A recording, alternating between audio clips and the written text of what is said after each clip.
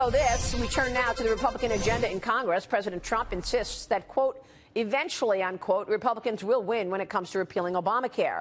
Though right now, he says tax reform is his chief priority. I don't know what they're doing, but you know what? Eventually we'll win, whether it's now or later. Eventually we will win on that. My primary focus, I must tell you, and has been from the beginning, as you can imagine, is taxes. I believe we will be successful in the largest tax cut in our country's history. After months of speculation, Republican lawmakers are expected to unveil the framework for their tax reform plan this Wednesday. Joining us right now to weigh in from the White House is Assistant Secretary of the Treasury for Public Affairs, Tony Sayegh. Tony, it's always a pleasure. Good to see you, sir. Thanks so much for joining us. Good morning, Maria. Thanks for having me. So let's talk about what we're expecting on Wednesday. House Republicans are going to take a retreat. They're canceling all votes so that they could actually talk about what's important. What's important to the White House in terms of tax reform and this package that we're expecting? What are we going to learn this week that we don't know already? Look, Maria, as you know, the president's priority has always been to create jobs and grow the economy, and that benefits all Americans. Unfortunately, we've had a situation for the last 8 years where we've had suboptimal growth around 2%. You know this well. And what's happened in that time is wealthy people get wealthier and the rest of the country does not advance. And that's created this idea, because we haven't had tax reform for 30 years, that the system is rigged against the average hardworking American family. And that's what we're focused on making sure we address. So the administration has been working very closely from the beginning with Congress, both on the Senate and the House side.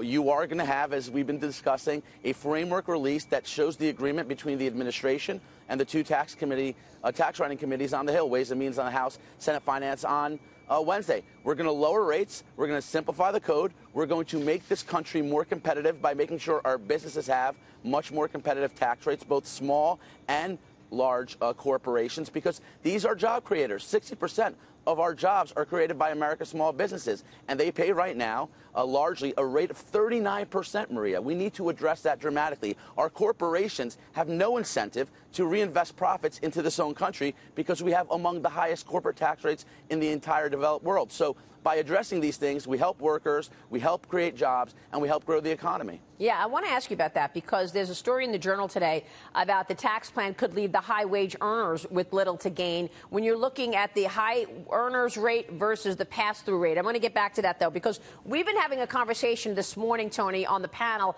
about the fact that the budget is not done yet. So we were expecting a budget months ago. Now we're facing a real deadline here. Don't you need to see a budget agreement before you actually come up with this $1.5 trillion tax cut plan?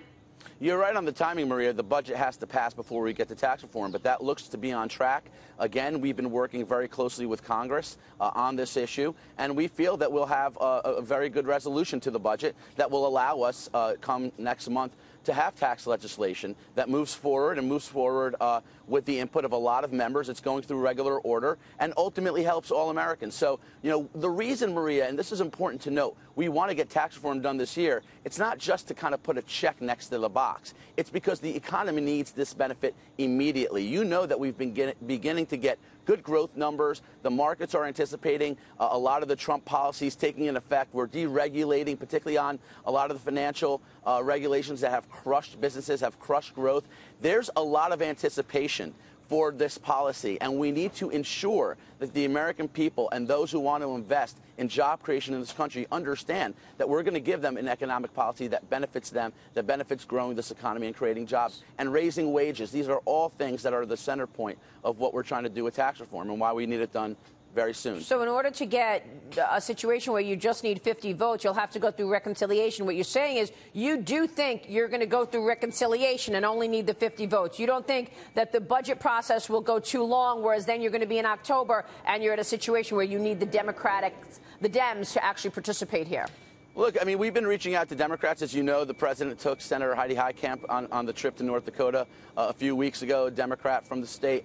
We understand that a lot of what we're trying to do, getting rid of loopholes and deductions, unrigging the tax code that hurts average, hardworking families, that we're trying to obviously address raising a lot of support for middle-income families by lowering their taxes, doubling the standard deduction, which makes the first $24,000 of an average married family's taxes at a 0% tax rate. These are all things we know Democrats have supported in the past. So we think there's opportunity. Obviously, though, if we need to go through reconciliation, we're going to go through reconciliation. We need tax reform done and done this year. Yeah. Let me ask you about this story in the Journal, because the lowering the 35% corporate tax rate also requires lowering the 39.6% top rate for pass-through business income. So if you've got a 28% rate for pass-through and a 35% rate for the highest earners, do you agree with this story, which basically is saying the GOP's tax plan leaves the high-wage earners with little to gain in this plan?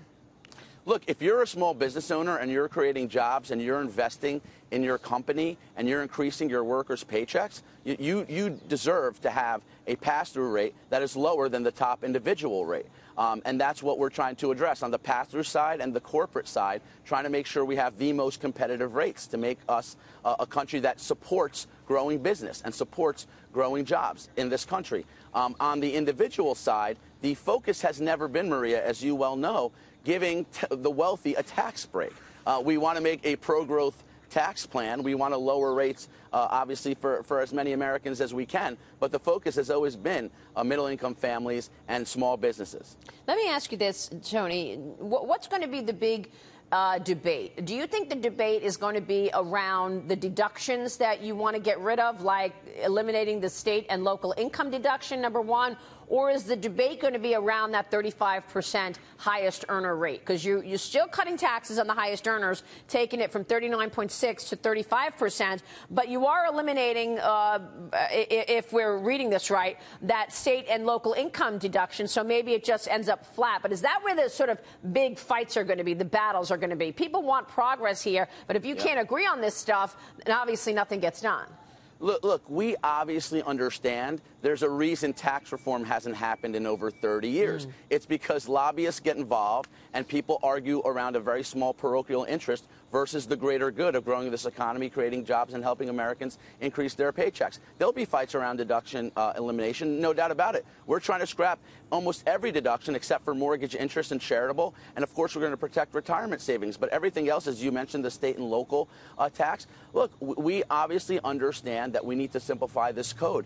And we also have to make it fairer. So when you talk about state and local, you're talking essentially about American taxpayers subsidizing mostly wealthy taxpayers in high tax states. Almost 80% of those who pay that deduction, Maria, rather who benefit from that deduction, earn six figures in America. We don't need the country subsidizing bad state tax policy, and we need to make sure that we make a fairer code that benefits everybody, not just a few. Right. So if you eliminate that, that sort of offsets the idea. I'm talking the state and local income deduction. If you eliminate that, that offsets the idea that you're cutting taxes from 39.6 to 35. So the question is that going to stay a 35% high rate there, or do you keep it at 39.6%? Then it would be an increase in taxes for the rich, wouldn't it? Well, look, Maria, as we've mentioned many times, the president is not thinking about making it easier for the wealthy and the well-connected. They're the ones who are benefiting from the existing system. But they also pay all the tax, Tony. They pay most of the tax, don't they?